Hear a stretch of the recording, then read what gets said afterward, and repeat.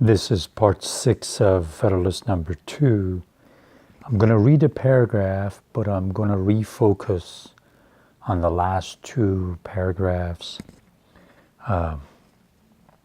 Similar sentiments have hitherto prevailed among all orders and denominations of men among us.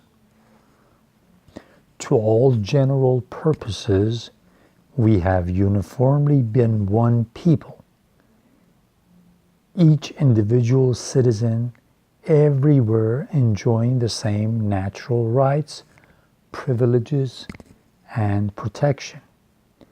As a nation, we have made peace and war. As a nation, we have vanquished our common enemies. As a nation, we have formed alliances and made treaties, and entered into various compacts and conventions with foreign states. So again, he says that if you focus, he's telling the American people, if you focus, you have the same rights and privileges regardless of what state you were in. We have even come together and as one nation fought our enemies. So we have to stay united. We have to stay focused on that. As one nation, we have made treaties with others. And then over here, the convention that he's talking about is almost like a charter, a treaty, a compact. So again, he's focusing that we are one. Now, I want to remind us that we as human beings, we are one nation. We are one group. We are one family. And if we focus more on what do we want for this planet, for the well-being of everybody, we can substitute some of the things that John Jay says here, trying to persuade people of the different states of the newly independent states to unite. That same thing applies to us, all the people of different states and countries of the world. We can gradually get to a point where we can unite. When we says speaking the same language, professing the same religion, our religion, we have one creator of the universe. Now we might, in different religious ways, we might try to pray to that creator. Buddhists do it one way, Muslims do it one way, Jewish do it another way, Christians do it another way, and all different faiths. But there's only one ultimate creator and sustainer of the universe. And we are blessed to have been given this chance to live on this beautiful planet. This is our cradle. So that is our religion. We might call it different things, but that is our religion. So speaking the same language, we can choose to have a shared common language, adopt a second language. That's why I have been mentioning it in my last videos when I translated the Federalist Papers to Farsi. I was telling the Farsi speakers that look at somebody like me. My parents were Turkish speakers. I learned Farsi because I was raised in the capital city of Iran, in Tehran. So I could understand Turkish, but my first language became Farsi. And now I'm here sharing these with you. We can adopt a common language. Let's say the language I'm speaking now. That can be our common language. We can adopt it if we start teaching it from childhood to our children. This way we can become part of this great human family that's all around the globe. Because at the end of the day, we want to be able to share our happiness together, to be helpful to one another when there are difficulties. We want to have many great projects ahead to, as far as science goes, spread science all around the globe, to be able to take advantage of the genius of all the children of the world. We have to be able to do this. And it's just been a great blessing that we have.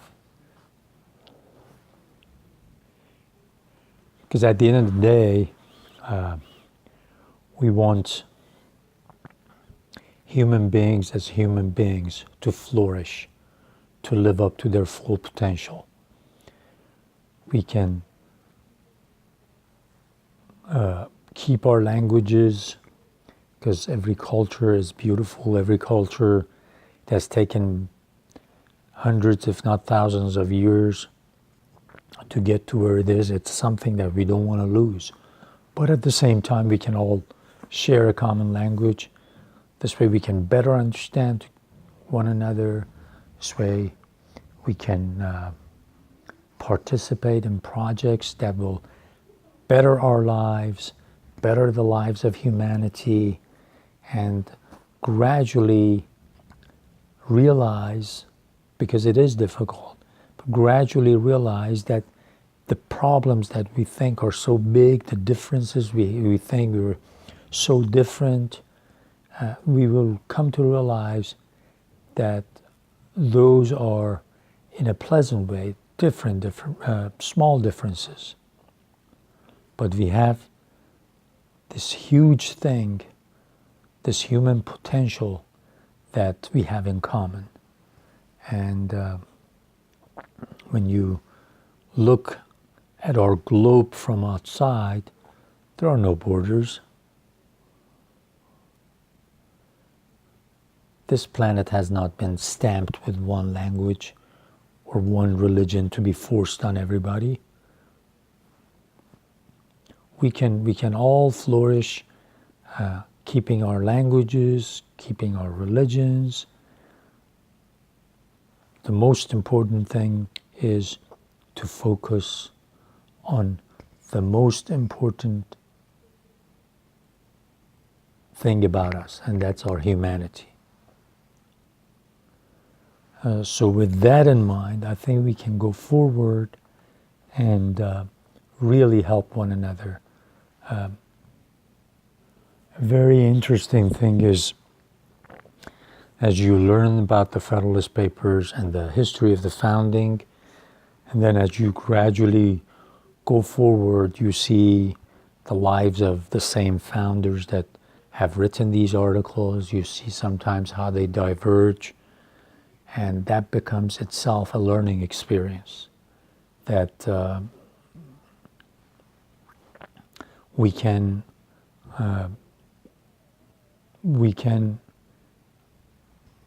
have our differences, yet focus on the most important thing about us, which is our humanity. One thing you got to remember is that John Jay, who wrote this article and this paper, and it's telling everybody we're of the same heritage, we speak the same language, we have the same religions. Just 2 years prior to the Constitutional Convention, the Southerners thought that John Jay was selling them out because he was trying to make a treaty with the Spanish Empire, and he was willing to give up the opportunity and the right to navigate, to set American ships on the Mississippi. He told the Spanish, if you let us trade with your colonies, then okay, if you don't want us, we will not navigate the Mississippi. And the Southerners said, how dare you? That is our future. That's how we want to make our lives better. That's, if you do that, people are not going to move and settle in the territory that's going to be new states. And those new states will probably have slavery, and that's how we can keep the balance with the North.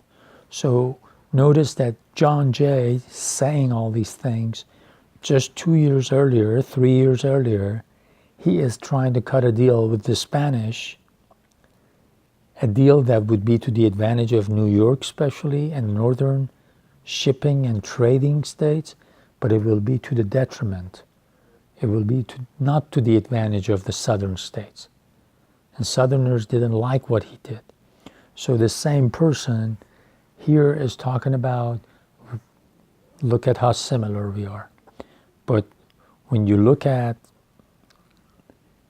the interests of different states, then you'll see that different states can do what is best for them and forget that they're in it together. So I want you to pay attention to these things. It's taken America a long time to get to where it is now. And that's what we want to study. We want to learn this. We want to see how Americans have grown in a good way. You're talking about people who just took slavery for granted and gradually come to a point where vast majority of Americans, just the thought of it makes them sick. True, there's still a small percentage that are racist, bigoted, but I believe in every nation, unfortunately, there are some people who are closed-minded, bigoted, and gradually I think we all will get better. I think everybody will grow, everybody will get enlightened. The older generations, if they have